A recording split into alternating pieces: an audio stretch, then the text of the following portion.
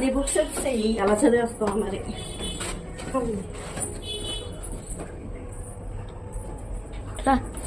బుక్లు కాదు ఈ మెటీరియల్ అన్నమాట. నిజంగా బుక్స్కి ఎంత అమౌంట్ అవుతుందా అని అనిపిస్తుంది. 8,000 ఈ బుక్స్, ఫీజు ఏమో 35,500. ఇంకా టెక్స్ట్ బుక్లు కొనాలి, ఎంత అమౌంట్.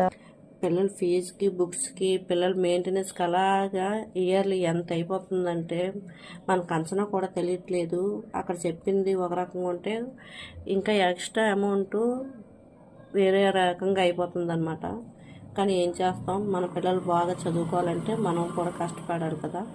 ఇదండి స్కూల్కి వెళ్ళే బుక్స్ అయితే ఇయర్వి 6th క్లాస్ బుక్స్ అనమాట. ఇవి తీసుకొని వచ్చేసాం బుక్స్ అయితే. ఇంకా టెక్స్ట్ బుక్లు సపరేట్గా కొనాలంట, అవి బయట కొనుక్కోమన్నారు. ఈ టెక్స్ట్ బుక్లకి అయితే ఇంకా ఎంత అమౌంట్ అవుతుంది అనేది మాకు తెలియదు, అది చూసి కొనుక్కోవాలి. Thank you for watching.